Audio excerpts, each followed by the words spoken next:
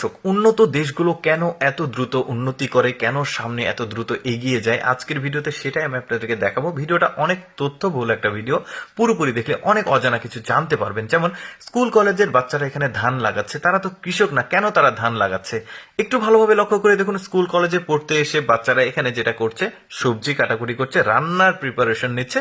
শুধু যে মেয়েরা করছে তা কিন্তু না, একটু ভালোভাবে লক্ষ্য করে দেখুন। এই ছেলেটাও রান্নার জন্য প্রিপারেশন নিচ্ছে, আর একটা ছেলে রান্না অলরেডি করছে। কেন এটা তারা করছে, এটার পেছনের যে উদ্দেশ্য আমি আপনাদেরকে বুঝিয়ে বলি, ব্যাপারটা মনোযোগ সহকারে শুনুন।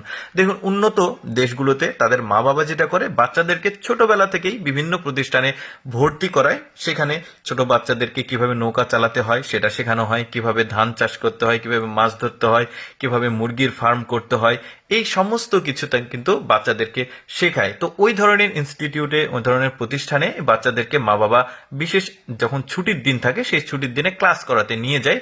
অর্থাৎ সারাদিনের কিন্তু এটা একটা বিনোদন, বাট তারা কিন্তু বিনোদনের মধ্যেই কিন্তু অনেক কিছু শিখে যাচ্ছে।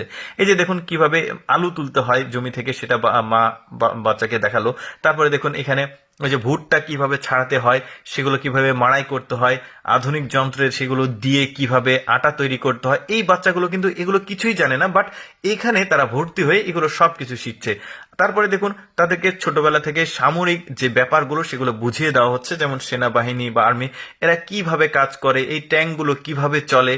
সাথে কিন্তু মা বাবাও রয়েছে। দেখুন বাচ্চারা কিন্তু ছোটবেলা থেকেই এগুলো শিখে যাচ্ছে। আসলে ভবিষ্যতে যদি কোনো কঠিন পরিস্থিতি সামনে আসে, কিভাবে সেটা চ্যালেঞ্জ ওই মানে তারা মোকাবেলা করবে, সবকিছুই কিন্তু তারা ছোটবেলা থেকেই শিখে যাচ্ছে।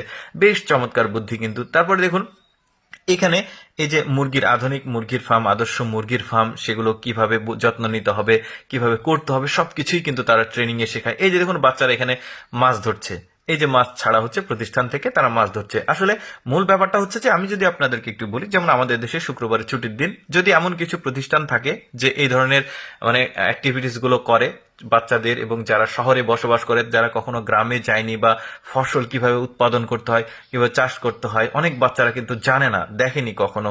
তো ওই যান্ত্রিক পরিবেশের যদি শুক্রবারে ছুটির একটা দিনে এই ধরনের অ্যাক্টিভিটিস করার মতো জায়গা থাকে, সারাদিন একটা বিনোদন হলো। মা বাবারা সারাদিন ব্যস্ত থাকে, সময় দিতে পারে না, ওই দিনটায় বাচ্চাদেরকে সময়ও দিতে পারলো, আনন্দও হলো। দেখুন এইরকম প্রতিষ্ঠান আসলে থাকা উচিত।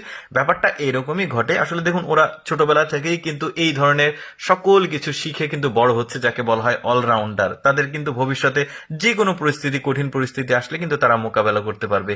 এই ধরনের প্রতিষ্ঠান কিন্তু আমাদের দেশেও হওয়া দরকার। দর্শক, আমি সবসময় চেষ্টা করি আপনাদের সামনে অজানা তথ্যমূলক ভিডিওগুলো উপস্থাপন করতে, যেগুলো দেখলে কিছুটা শেখা যাবে।